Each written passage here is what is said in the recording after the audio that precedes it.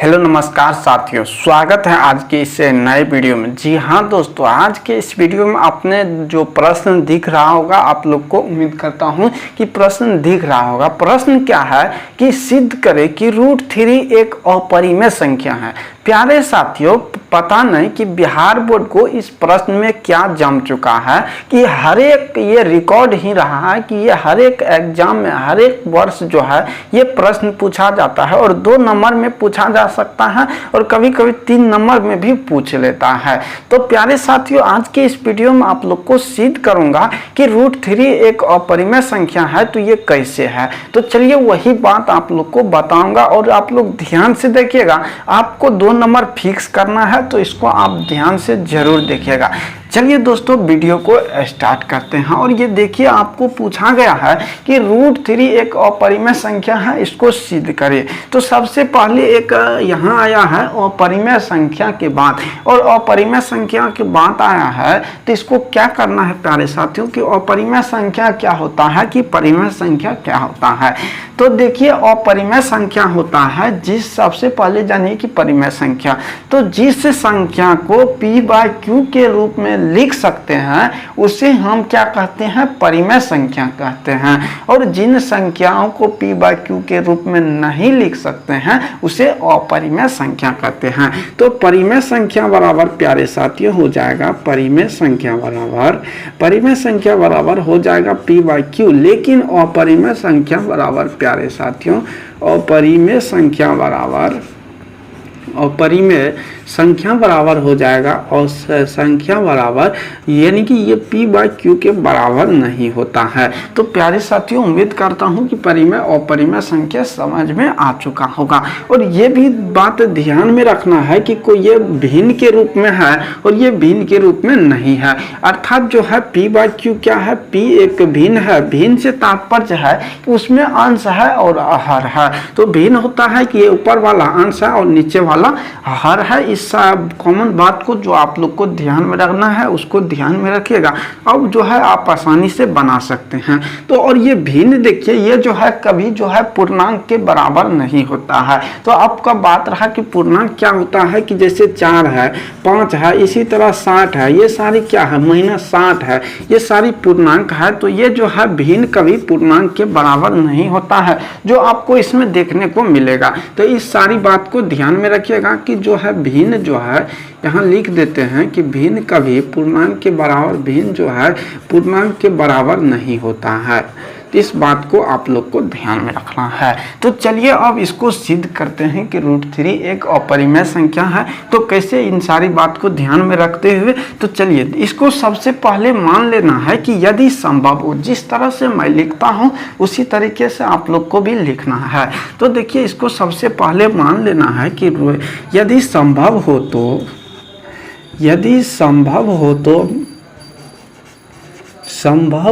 तो माना कि क्या माना कि √3 एक क्या है, √3 एक परिमेय संख्या है, परिमेय संख्या है। यहाँ लिख देते हैं संख्या है। यदि संभव हो तो माना कि क्या है, √3 एक परिमेय संख्या है। तो प्यारे साथियों, अगर परिमेय संख्या है तो इसे हम क्या लिख सकते हैं, यानी कि p/q के रूप में लिख सकते हैं। p/q बराबर जो है √3 लिख सकते हैं। अब यहाँ देखिए कि p/q में अगर बात करें तो p का भी कोई गुणनखंड नहीं है, केवल p है, और q का भी कोई गुणनखंड नहीं है, यहाँ पर केवल q है। और रूट में देखिए √3 का कोई गुणनखंड नहीं है, √3 गुना जो है 1 हो जाएगा। तो ये इसका कोई एक अन्य उभयनिष्ठ अभाज्य गुणनखंड नहीं, इसका कोई उभयनिष्ठ गुणनखंड नहीं है। यहाँ इसका देखिए कोई उभयनिष्ठ गुणनखंड नहीं है। तो इसे समीकरण फर्स्ट मान लीजिए और यहाँ लिखेंगे कि p और q का कोई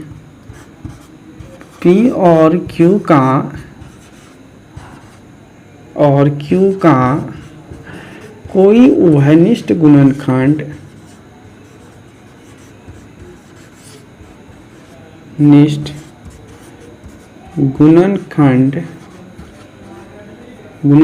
नहीं है।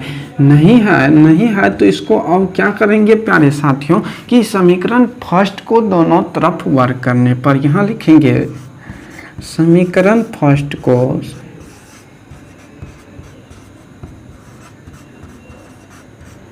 दोनों तरफ वर्ग करने पर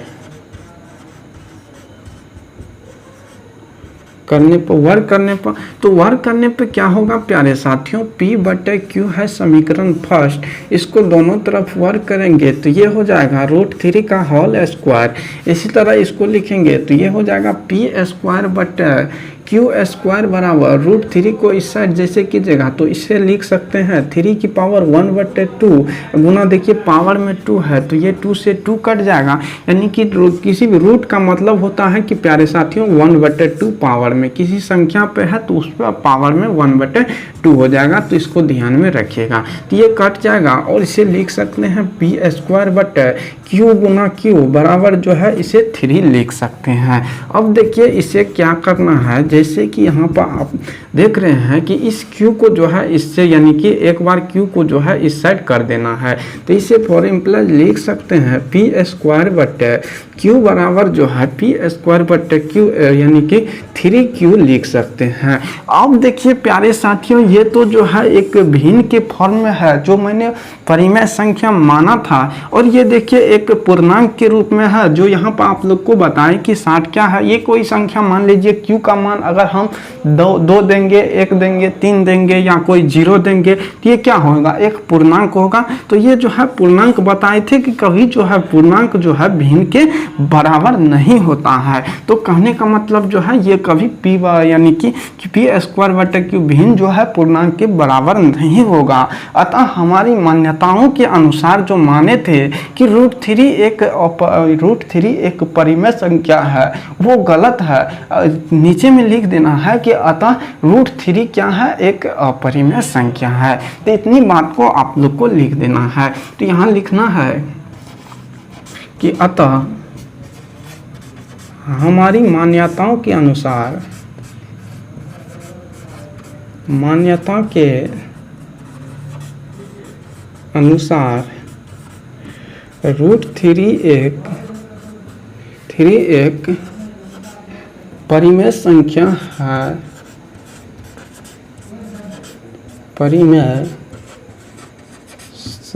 है, जो कि क्या है प्यारे साथियों, जो गलत है। इसीलिए √3 एक अपरिमेय संख्या है,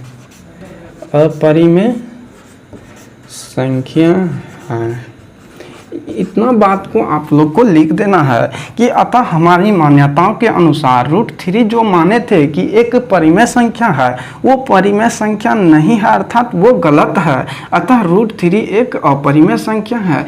इतना बात को अगर आप लिख देते हैं तो आपको 2 नंबर में कोई भी रुकने वाला नहीं है। पहला क्या करना है, यदि मान लेना है कि यदि संभव है तो √3 क्या है, एक अपरिमेय संख्या है। इस तरह से यानी कि √3 एक परिमेय संख्या है, तो परिमेय संख्या है तो √3 जो है P/Q के बराबर होगा। तो P/Q के बराबर मैंने √3 को कर दिया और देखा कि इसे समीकरण फर्स्ट मान लिया। इससे आगे क्या किया कि देखिए प्यारे साथियों P में न कोई अवैनिष्ट गुणनखंड है, जैसे P का भी गुणनखंड कीजिएगा तो 1 मिलेगा और Q का भी कीजिएगा तो 1 मिलेगा। तो कहने का मतलब है कि P और Q का कोई अवैनिष्ट गुणनखंड नहीं है। तो नहीं है तो चलिए इससे आगे करके देखते हैं। तो नहीं गुणनखंड है तो इसे समीकरण फर्स्ट को जो है दोनों तरफ वर्क कर रहे हैं तो इसका गुणनखंड मिल गया। लेकिन क्या मिला कि P गुना P यानी कि P गुना P इसका जो है उभयनिष्ठ गुणनखंड मिल गया। लेकिन इससे आगे जो देखे थे कि आगे P² कर दिए, इससे आगे देखे